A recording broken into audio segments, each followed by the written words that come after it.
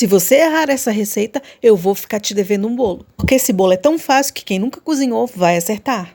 Duvida? Então vem comigo que eu vou te ensinar. No liquidificador você vai colocar 3 ovos, 1 xícara de açúcar e 3/4 de óleo, 1 xícara de leite, 1 xícara de farinha de milho, 1 xícara de trigo, 1 colher de sopa de fermento. Agora é só bater bem. Lembrando que a receita fica na descrição do vídeo. Agora é só untar uma forma de mais ou menos 19 centímetros. Untei com manteiga e farinha de milho. Só levar ao forno a 180 graus por cerca de 40 minutos. Ou assim que você colocar o palitinho e ele sair limpo. Se preferir, pode colocar na massa também um coquinho ralado. Viu como é fácil? Está pronto um bolinho de milho delicioso pra gente tomar um café da tarde. Muito obrigada por assistir e não esquece de seguir, curtir e compartilhar. Um grande beijo pra você.